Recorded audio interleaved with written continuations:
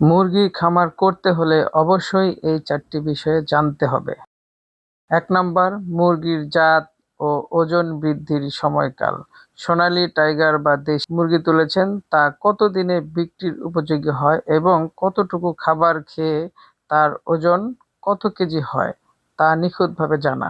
২ number, মুরগির রোগবালাই ও vaccine schedule. Ranikhet, Gumboro বা বাচ্চা নিউমোনিয়ার মতো সাধারণ রোগগুলোর লক্ষণ চেনা। এছাড়া কোন বয়সে কি কি টিকা দিতে হবে এবং খামার জীবাণুমুক্ত রাখার নিয়ম জানা।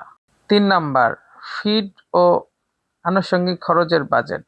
মুরগি পালনের মোট খরচের প্রায় ৬০-৭০% খাবারের পেছনে যায়। তাই বাচ্চা কেনা ও ঘর বানানোর পাশাপাশি পুরো ব্যাচের খাবার ও ওষুধের খরচ চালানোর মতো ব্যাকআপ পুঁজি থাকতে হবে।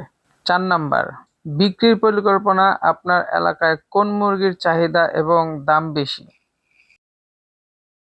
এমন প্রতিনিয়ত চমৎকার ভিডিও পেতে চ্যানেলটি সাবস্ক্রাইব এবং ফলো দিয়ে রাখুন।